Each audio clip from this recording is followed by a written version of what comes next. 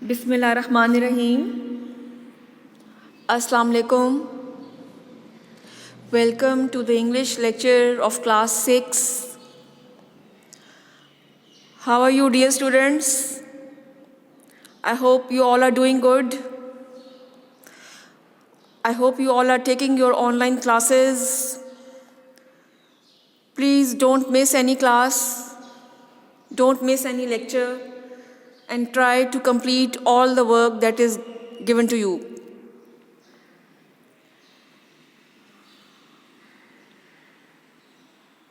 As you all know that due to COVID, we have arranged these online classes for you.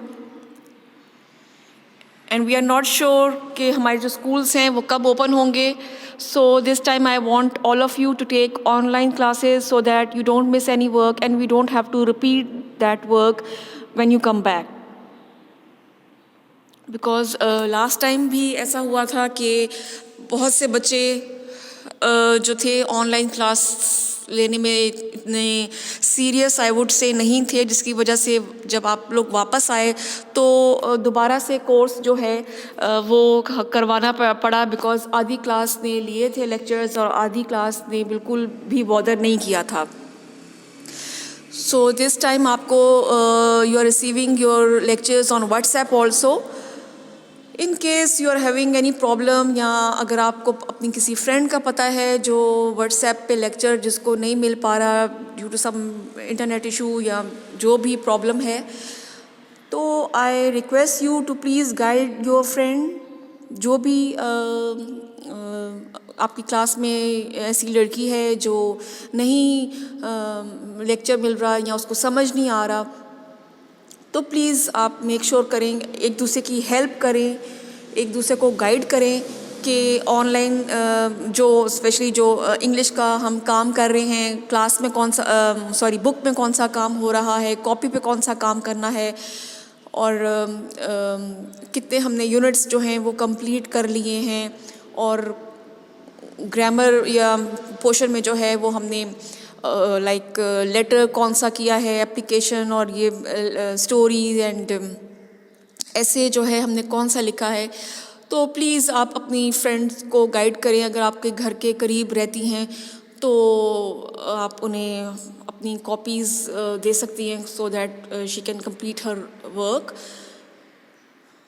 But I am sure कि mobile phones तो सबके घर पे हैं ही, और सब जो हैं वो ऑनलाइन जो है लेक्चर जो है वो किसी आइडिया आप लोगों को मेन हो ही जाता है कि आज क्लास में जो है वो काम क्या हुआ है, किस बुक से जो है वो काम हुआ है. और होमवर्क पे भी मैं जो देती हूँ आपको, मैं क्लियरली आपको मेंशन करती हूँ कि आपने कौन सा काम बुक पे करना है, कौन सा कॉपी पे करना है. So as you all remember, last week we completed our unit 6, and that was a poem Drive the Nail Aright by Norman MacLeod. और इसका जो थीम थी, मेन आइडिया था, सेंट्रल आइडिया वो यही था कि you have to make an effort, you have to try and try again, you have to do all the work that is given to you with determination and willpower. हिम्मत नहीं हारनी. बेशक एक दफ़ा failure का सामना भी हो जाए, even then you don't have to lose your hope, you have to try and try again. और इसमें जो था in this poem the poet advises the youth, basically जो हमारी यंग जनरेशन है, जो स्पेशली जिन पे फ्यूचर जो है वो डिपेंडेंट होता है किसी भी कौम का, जो स्पेशली यूनिवर्सिटी स्टूडेंट्स होते हैं, कॉलेज स्टूडेंट्स होते हैं, कि वो अपना फोकस ना उठाएं. Their focus should be on their work, they should not lose their grip. और the poet actually he advise the youth to do work in a correct way, and that correct work also at a right time. कि सही वक्त पे अभी जो है सही वक्त है, सही वक्त पे आप लोगों ने काम करना है. ये वक्त अगर निकल गया तो फिर जो है आपका तीर कमान से जो है निकल गया तो फिर सिर्फ जो है पछतावा होगा। तो जो राइट एज पे जो पढ़ाई की एज है उसी पे पढ़ाई की जाए, या कोई और काम है तो उसको पूरी मेहनत के साथ और पूरी लगन के साथ किया जाए। उसमें जो ईडियम यूज़ किया है that is while the iron is hot, यानी कि जब सही टाइम और सही मौका है टाइम का किसी भी काम का तो उसको उसी वक्त ही किया जाए। And the poet also says that if they have to do a work they must have a will to do it, otherwise they will not be successful. तो जो भी आप काम करते हैं उस काम को करने के लिए आपका इरादा होना चाहिए, आपका हिम्मत होनी चाहिए, आपका एक मकसद होना चाहिए। Only then you will succeed. अगर आप हिम्मत से काम नहीं कर रहे, इंटरेस्ट लेके काम नहीं कर रहे, या आपका कोई पैशन नहीं है उस काम करने में, तो आप कभी भी कामयाब नहीं होंगे। If they want to reach the top, the poet also says कि if they want to reach the top, they must start putting effort from the beginning. कोई भी जो है रातों रात जो है कोई भी एक कामयाबी पे नहीं, कामयाबी की मंजिल पे नहीं पहुंचता, उसके लिए एफ़र्ट करनी पड़ती है। बट एफ़र्ट जो होती है वो स्टार्टिंग से होती है। ऐसा नहीं हो सकता कि आपने एग्ज़ाम्स से पहले 2 दिन जो है आप रात को भी ना सोएं और रातों को पढ़ते रहें। यू विल नेवर सक्सीड कि भाई हमने तो 24 घंटे पढ़ा। उसके लिए आपकी जो है वो शुरू से ही एफ़र्ट होनी चाहिए। थोड़ा थोड़ा करके आप पढ़ें और थोड़ी थोड़ी करके एफ़र्ट शुरू से ही डालनी पड़ती है। The poet also says that they should not be discourage with failure, यानी कि अगर आपको कभी नाकामी का सामना करना पड़ता है, कभी कोई फेलियर का सामना करना पड़ता है, तो आपको उम्मीद नहीं खोनी, आपको हौसला नहीं खोना, आपने हिम्मत नहीं हारनी।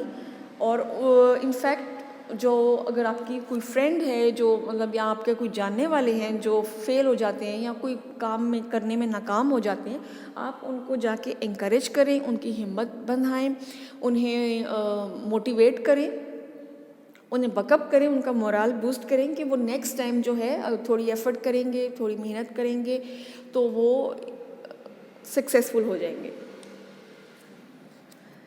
They must, the poet says that the youth must try again and again, they will surely be successful in the end. वही बात के जो मैं बार बार रिपीट कर रही हूँ कि हमें मेहनत करनी चाहिए। उसके बाद अगर हमें लगे कि हमारा वो पूरा हमें सिला नहीं मिला या समथिंग लाइक दैट, तो हमें और मेहनत करनी है और से और मेहनत करनी है। और जब जितनी ज़्यादा हम मेहनत करेंगे, finally we all are going to succeed. So today we are going to do an exercise that is on page 44 of your textbook. Bright की जो text book है, I want you all to open that book. Page number is 44 और आज जो इसमें हमारा grammar का topic है that is present participle. Okay, so page 44, present participle is the present form of a verb that ends in ing. It has 2 functions. It is used as a verb in the formation of the continuous tense. It also functions as an adjective when it is used to qualify a noun. अच्छा, present participle वो होते हैं, as you know that verb की जो है first एक तो base verb होता है हमारा, फिर उसका पास्ट टेंस होती है और फिर उसका पास्ट पार्टिसिपल होता है। नाउ प्रेजेंट पार्टिसिपल में जो है वो हम क्या करते हैं कि जो बेस वर्ब होता है यानी ये जो फर्स्ट फॉर्म होता है मोस्टली वो लिख के आगे आईएनजी जो है लगाया जाता है। तो जब जिस भी वर्ब के आगे आईएनजी लगाया जाए उसको हम कहते हैं प्रेजेंट पार्टिसिपल। और जब हम कंटिन्यूस टेंस लिख रहे हों दैट तो उसमें जो है वो वर्ब की सूरत में यूज़ होता है प्रेजेंट पार्टिसिपल, और या अगर एडजेक्टिव की सूरत में भी ये यूज़ होता है जब हम किसी नाउन को डिफाइन कर रहे हों। इसको आगे डिटेल में जाने से पहले let me give you a recap of what a verb is. Verb, I hope you all remember, verb is a word which shows an action. किसी भी यानी काम करने या होने को we say verb. और ये प्रेजेंट पार्टिसिपल को ING form of the verb भी बोला जाता है। तो ये हमें एग्जाम्पल दी हुई है, द बर्ड्स आर चिपिंग, यानी कि बर्ड्स जो हैं वो चहचहा रही हैं। तो यहाँ पर ये क्या किस वर्ड के आगे आईएनजी यूज़ हो रहा है, दिस चिपिंग। तो यहाँ पे ये एज अ वर्ब यूज़ हुआ है क्योंकि हमें एक्शन बताया जा रहा है किसका, बर्ड का। She is gazing at us, gazing means मतलब गौर से देख रही है। तो गौर से देखना, तो यहाँ पे भी ये जो गेजिंग है ING form of the verb, ये एज अ वर्ब यूज़ हो रहा है बिकॉज ये एक्शन है जो हमें बताया जा रहा है कि ये लड़की जो है कौन सा एक्शन परफॉर्म कर रही है, gazing. So this present participle is used as a verb in these two sentences. Okay, अब now here are some two examples जिसमें प्रेजेंट पार्टिसिपल यूज हो रहा है as an adjective. A drowning person, अब drowning कौन सा word है जिसमें आईएनजी यूज हो रहा है, जी ड्राउनिंग। आगे क्या है, पर्सन। तो ड्राउनिंग मीन्स डूबता हुआ, बिकॉज ये किसको डिफाइन कर रहा है, पर्सन को। Person is a noun. अभी इसमें एक्शन से ज़्यादा ये बताया जो वर्ड ड्राउनिंग है वो इस तरह से यूज़ हो रहा है कि वो पर्सन को क्वालिफाई कर रहा है, पर्सन को डिफाइन करता है कि कौन सा पर्सन। ड्राउनिंग पर्सन मीन्स कि डूबता हुआ आदमी, क्लचेस एट अ स्ट्रॉ। तो पर्सन को चूंकि डिफाइन कर रहा है, so any word, person is a noun and any word that defines और qualifies a noun is called as adjective. Okay, second हमारी एग्जाम्पल है, it is difficult to calm a crying child. अगर मैं इस sentence को इस तरह लेती हूँ कि तस्बीहा इज़ क्राइंग, तो क्राइंग जो है वो एक एक्शन है जो हमें बता रहा है कि कौन कर रहा है, तस्बीहा कर रही है, क्या कौन सा एक्शन है, क्राइंग यानी रो रही है। तो वो तो एज अ वर्ब ही यूज़ होगा। But over here in this sentence, if you see this sentence again, it is difficult to calm a crying child. यहाँ पर जो है क्राइंग चाइल्ड मीन्स रोता हुआ बच्चा। तो चाइल्ड इज़ अ नाउन और बताया जा रहा है कि चाइल्ड किस किस्म का है, क्राइंग चाइल्ड यानी रोता हुआ बच्चा। तो इस सेंटेंस में क्राइंग जो है वो वर्ब से ज़्यादा एज एन एडजेक्टिव यूज़ हो रहा है। तो इन दोनों सेंटेंसेस में हमारे जो प्रेजेंट पार्टिसिपल हैं, एक है ड्राउनिंग और दूसरा है क्राइंग, ये एज एडजेक्टिव यूज़ हो रहे हैं। और ऊपर जो है gazing and chirping, in these two sentences the present participles are used as verbs.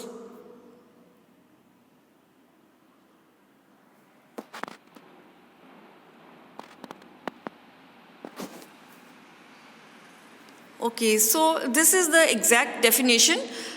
A present participle is a word that ends in ing, is formed from a verb, is used as an adjective or for verb tense. तो present participle जो है वो word है, वो words होते हैं जिनके आखिर में ing आता है। पहली निशानी तो ये है। और ing उन वर्ड्स के एंड में आता है जो एक्चुअल में वर्ब हो, बेस वर्ब हो, उसके आगे आईएनजी लगा हो, और of course in some cases the spellings also change. और दूसरा यही जो मैंने आपको बताया कि ये वर्ब से ही फॉर्म होता है। अगर कोई वर्ड जो है वो वर्ब नहीं है और उसके आखिर में आईएनजी आ रहा है, तो that is not present participle. Present participle जो है वो सिर्फ वही वर्ड होगा जो वर्ब से बनता है, वर्ब के आगे आईएनजी लगा हुआ। और ये प्रेजेंट पार्टिसिपल जो है वो बोथ एज अ वर्ब भी यूज़ होता है और एज एन एडजेक्टिव भी यूज़ होता है। ओके, द फ्लीइंग क्रिमिनल यानी भागता हुआ मुजरिम। अब फ्लीइंग जो है वो किस वर्ड से बना है, it is from the word flee. Flee means भागना। तो उसके आगे आईएनजी जब लग गया है तो ये प्रेजेंट पार्टिसिपल बन गया है, द फ्लीइंग क्रिमिनल। तो ये यानी कि भागता हुआ चोर या भागता हुआ मुजरिम। तो ये एज एन एडजेक्टिव यूज़ हो रहा है बिकॉज ये वर्ड डिफाइन कर रहा है क्रिमिनल को, मुजरिम को, कि कौन सा मुजरिम, जो भाग रहा था। ही वॉज वेविंग हिज, आप सोड यूज़ कर लें इसकी जगह, ही वॉज वेविंग हिज सोड, तलवार मतलब। अब वेविंग का मतलब क्या है? हिलाना, कि वो हिला रहा था। क्या चीज़ हिला रहा था? अपनी तलवार या सोड जो है वो हिला रहा था। अब यहाँ पर ये वेविंग वर्ड जो है वो किसी नाउन को डिफ़ाइन नहीं कर रहा, ये एक एक्शन शो कर रहा है कि वो अपनी जो तलवार था, जो सोड थी, उसको हिला रहा था, वेव कर रहा था। तो ये एक्शन के तौर पे चूँकि यूज़ हुआ है, तो इसको हम जो है यहाँ पर वेविंग जो है एज अ वर्ब यूज़ हो रहा है। और ये वर्ब जो है ये किस वर्ड से बना है? वेव, WAVE, वेव यानी हिलाना। अच्छा, जैसे कि अभी in the previous slide I told you कि when we add ING to the base verb to form present participle, तो कुछ देयर आर सम वर्ड्स जिनके स्पेलिंग्स जो हैं दे ऑल्सो चेंज, और कुछ वर्ड्स जो हैं they remain the same. Now you can see the examples कि जिन वर्ड्स के एंड पे Y आता है उसके आगे तो कोई स्पेलिंग चेंज नहीं होगा, उसमें you just have to add ING और वो present participle will be formed. For example play है, तो प्ले के आगे आप ING लगाएंगी तो एज इट इज़ ही स्पेलिंग रहेंगे, PLAYING। फ्लाई है तो स्पेलिंग्स एज इट इज़ ही रहेंगे, और you will just add ING, FLYING। फिर हमारे पास है स्टडी यानी पढ़ना, तो स्पेलिंग्स वही रहेंगे, हम जस्ट जो है ING इस वर्ब के आगे ऐड कर देंगे, STUDYING। Now you see these all three words, they are verbs because they are showing action. Play मतलब खेलना, fly उड़ना, study यानी पढ़ना। तो वो वर्ड्स जिन वर्ब्स जो है जिनके एंड पे Y आता है उसमें के आगे जब आप प्रेजेंट पार्टिसिपल फॉर्म करेंगे तो you just have to simply add ING और स्पेलिंग्स में they will be no change. Now there are some words जिस तरह जिनके एंड पे E आता है, कुछ वर्ब्स हमारे पास ऐसे हैं जिनके एंड पे E आता है। जैसे अभी लास्ट स्लाइड में हमने एक वर्ड देखा था वेव। इधर you can see there are some example, only 3 examples are given. First word is dance, फिर फेक है, फिर राइम है। ओके, डांस में you see last word is E। अब इसके आगे दोज वर्ड्स जिनके एंड पे E आता है और उनको जब हमने प्रेजेंट पार्टिसिपल में चेंज करना है बाय एडिंग ING, तो हम स्पेलिंग्स में भी थोड़े से चेंजेस करेंगे। स्पेलिंग्स कैसे? We are going to omit the E। ये जो E है यू कैन सी, इसको हम कट कर देंगे and then we are going to add ING। जैसे डांस है, डांसिंग हो जाएगा। फेक है यानी कि कोई चीज़ फेक करना, झूठा करना, नकल करना, नकली। ओके, इसके भी जब हम इसको प्रेजेंट पार्टिसिपल फॉर्म करेंगे तो we are just going to add ING और E को जो है वो हम ओमिट कर देंगे। इसी तरह और इसके स्पेलिंग्स क्या बन जाएंगे? FAKING। और डांस के जो हैं स्पेलिंग्स हो जाएंगे जब E ओमिट हो जाएगा, DANCING। इसी तरह एक और वर्ड राइम है, उसको भी आप E ओमिट कर देंगी, तो you just have to simply add ING। और अगर मैं एक और एग्जांपल आपको दे दूं, जैसे स्माइल यानी मुस्कुराना, तो स्माइलिंग जब हम लिखते हैं तो what are the spellings? SMILING। हम जो लास्ट में E है उसको हम कट कर देते हैं, ओमिट कर देते हैं and then we add ING।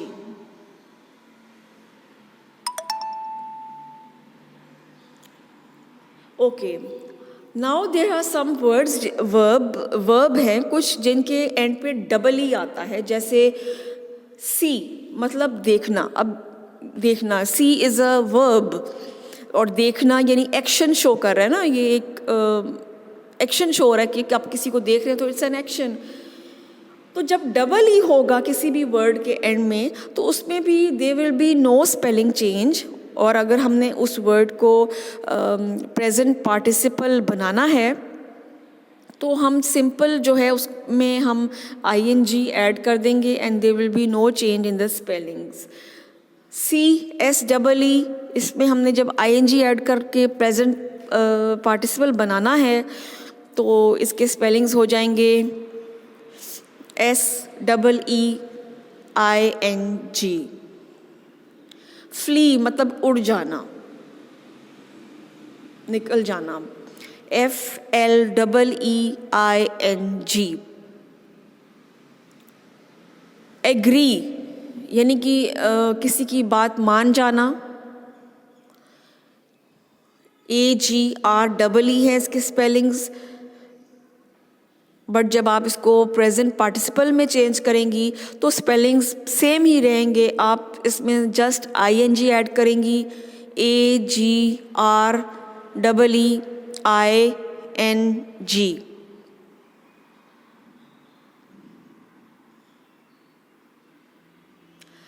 Okay, अब कुछ वर्ड्स या वर्ब जो हैं वो ऐसे हैं जिनके एंड में IE आता है।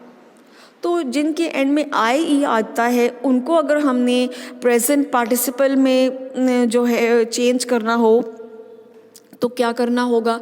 अच्छा, ये मैं जस्ट अभी आपको समझाने के लिए इसके जो रूल्स हैं स्पेलिंग के वो मैं बता रही हूँ। ये चीज़ें आपने कॉपी पे नहीं लिखनी बिकॉज इससे रिलेटेड एक दो एक्सरसाइजेज हैं जो हम बुक पे हैं और वो हम बुक पे ही करेंगे। बट उनको करने से पहले ऑल्दो इसमें बहुत से वर्ड्स हैं जिनके स्पेलिंग्स आपको आते ही हैं, बट मैं इसलिए आपको ये पढ़ा रही हूँ ताकि आपको जो रूल्स हैं कि इन केस आप किसी वर्ड के स्पेलिंग भूल जाते हैं या कंफ्यूज हो जाती हैं तो आपको पता होना चाहिए कि अच्छा इस वर्ड के आगे डबल ई आ रहा है तो हमने ing अगर लगाना है तो there will be no spelling change. Single e आ रहा है तो हमने उस लास्ट ई को ओमिट करके ing ऐड करना है। जिसके एंड में y आ रहा है उसमें हमने सिंपली ing ऐड करना है। नाउ यू सी हियर इस कुछ वर्ड्स हैं जिनके एंड पे ie आता है तो उस ie को हम ये देखें कट कर देंगे और in place of ie we will add y और फिर हम उसके साथ ing लिखेंगे। You got my point? This is a very important rule. अक्सर लोग इन वर्ड्स के स्पेलिंग्स में गलतियां कर देते हैं, मिस्टेक्स हो जाती हैं कि जो वर्ब जिनके एंड पे ie आता है उसमें हम सिंपली ie को कट करके y ऐड करते हैं इन प्लेस ऑफ ie और देन फिर प्रेजेंट पार्टिसिपल के लिए जो है हम ing ऐड कर देती हैं। जैसे यू सी फर्स्ट एग्जाम्पल आपको गिवन है डाई यानी मर जाना, इसकी स्पेलिंग्स हैं DIE। जब आपने इसको प्रेजेंट पार्टिसिपल में चेंज करना है बाय एडिंग ing तो the spellings will also change. और स्पेलिंग्स में जैसे अभी मैंने आपको बताया IE की जगह आप y लिख लेंगी तो D के बाद y आएगा and then you will add ing तो ये इसका प्रेजेंट पार्टिसिपल बन जाएगा dying, DYING। Okay, next word है LIE लाई यानी झूठ बोलना। इसको भी जब आपने प्रेजेंट पार्टिसिपल में चेंज करना होगा तो you will change the spellings also और स्पेलिंग्स हो जाएंगे इसके LYING। देन लास्ट वर्ड है, और भी बहुत से वर्ड्स हैं बट इसमें जस्ट आपको समझाने के लिए only 3 examples are given. TIE tie यानी बांध देना, और इसको भी जब हमने प्रेजेंट पार्टिसिपल में चेंज करना होगा तो IE की जगह हम क्या लिखेंगे, हम वी विल राइट TY और आगे ING जो कि निशानी है प्रेजेंट पार्टिसिपल की।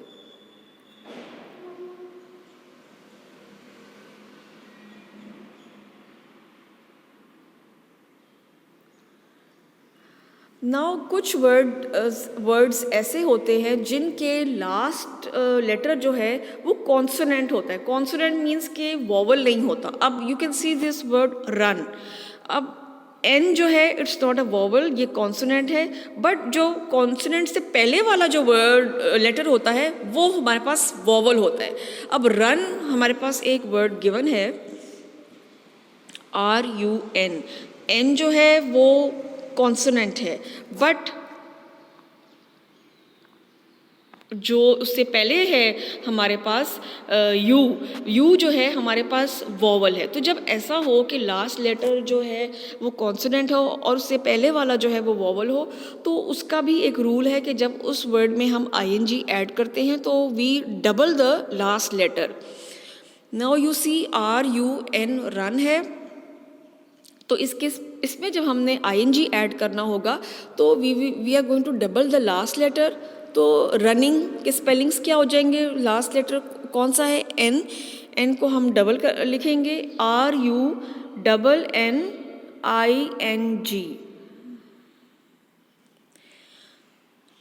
There are so many words जिस पे हम स्पेलिंग्स इस तरह लास्ट लेटर को डबल करते हैं, बट जैसे कि मैंने बताया कि just 3 examples to make you understand, और ताकि आपका जो कॉन्सेप्ट है क्लियर हो जाए, आपको थोड़े रूल्स जो है वो ये याद रहें कि कब हमने लास्ट लेटर को ओमिट करना है, कब हमने लास्ट लेटर को डबल करना है, और कब हमने जस्ट सिंपल ING ऐड करना है और कोई स्पेलिंग चेंज नहीं करनी.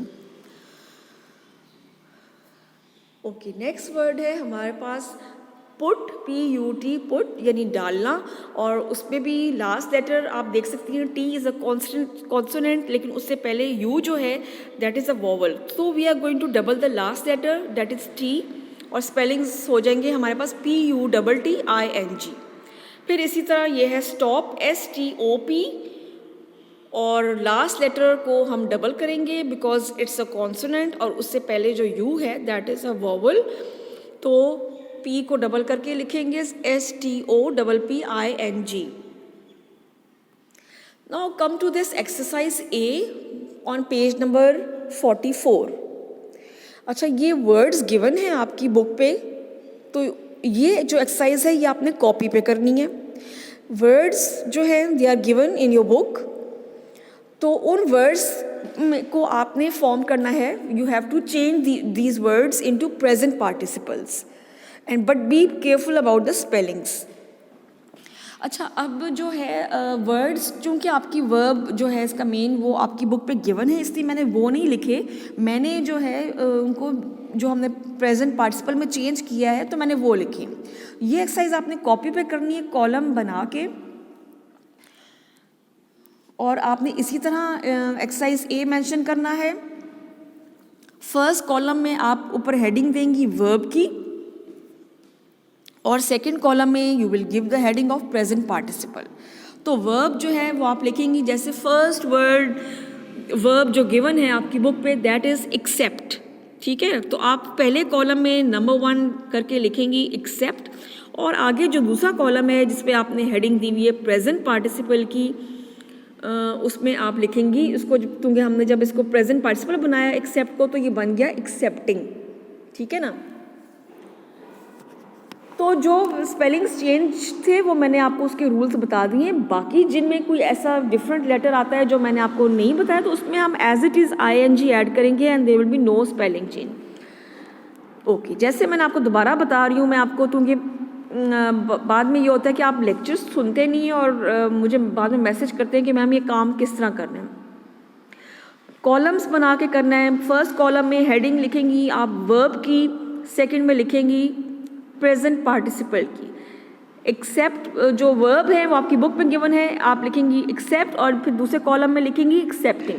Then blow, blowing, catch, catching, drown, drowning, grow, growing, heal, healing, find, finding, kill, killing, take, taking. अब टेक में भी देखें लास्ट लेटर जो है हमारे पास E होता है, तो E को हम ओमिट करके we will just add ING. Wrestle में भी लास्ट लेटर हमारा E आता है, बट हम उसको ओमिट करके रेसलिंग लिखेंगे. Examine, examining, scream, screaming, tap, tapping. अब ये देखें, ये इसमें जो है लास्ट लेटर क्यों डबल हुआ है, पी क्यों डबल हुआ है, because P is a consonant और ए जो है वो वोवल है, तो हमने इसलिए इसको डबल कर दिया। Sealing, Hamming.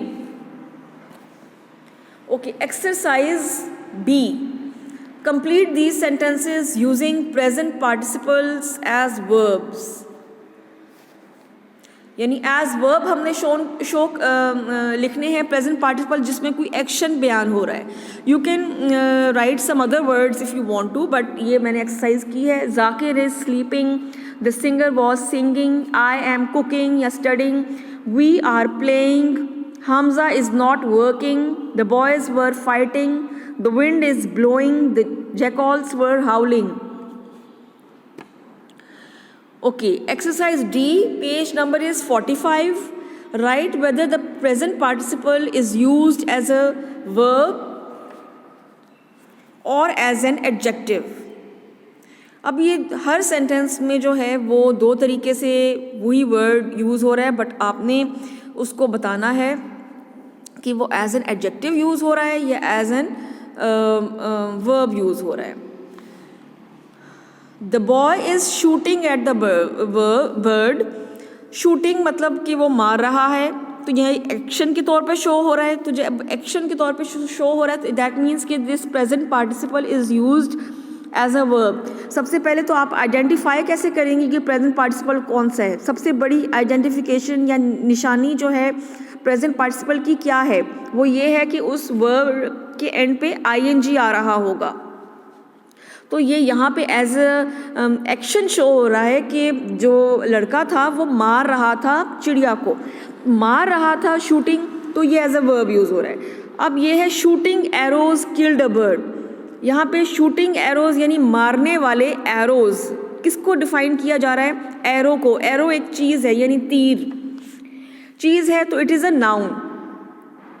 Shooting arrows means यानी मारने वाले तीर, तो ये डिफाइन कर रहा है नाउन को। So that means here shooting is use as an adjective. The weeping girl wanted a toy. Weeping girl, अब ये आप देखें, वीपिंग गर्ल मतलब रोती हुई लड़की। वीपिंग जो है डिफाइन कर रहा है, क्वालिफाई कर रहा है लड़की को, कि वो बता रहा है कि लड़की किस किस्म की थी, वीपिंग यानी रोती हुई। तो ये इसको डिस्क्राइब कर रही है, लड़की को डिस्क्राइब कर रहा है ये word weeping. So it means here weeping is use as an adjective. The little girl was weeping, यानी कि छोटी बच्ची जो है वो रो रही थी। रो रही थी इट मीन्स कि एक्शन हो रहा था, काम हो रहा था कोई। So here weeping is use as a verb. The jumping dog hurt itself. पहले तो आप देखेंगे कि इसमें प्रेजेंट पार्टिसिपल कौन सा है। ऑफ कोर्स जिस वर्ब के एंड पे आईएनजी आ रहा है that is present participle. The jumping dog यानी कि छलांगे मारता हुआ डॉग, डॉग को डिफाइन कर रहा है ये वर्ब। तो here it is used as an adjective. The dog is jumping over the fence, यानी कि डॉग जो है वो जंप यानी छलांगे मार रहा है, एक्शन शो हो रहा है, तो over here it is used as a verb. So इसी तरह ये एक्सरसाइज जो है ये आपने इसको कंप्लीट कर लेना है। इसमें टोटल जो है वो 9 सेंटेंसेस हैं।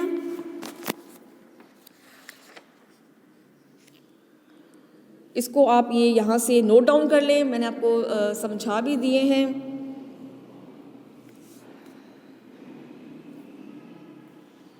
ओके, नेक्स्ट जो है, as you all remember last week we read 3 chapters of the novel the prince and the pauper. हमने 3 चैप्टर्स की रीडिंग की थी, साथ में मैंने आपको उर्दू एंड इंग्लिश दोनों में एक्सप्लेन भी किया था बहुत डिटेल में। This novel is written by Mark Twain. So today we are going to do its question answers. Chapter 3, 4, 5 ये काम भी आपने अपनी कॉपीज़ पे करना है।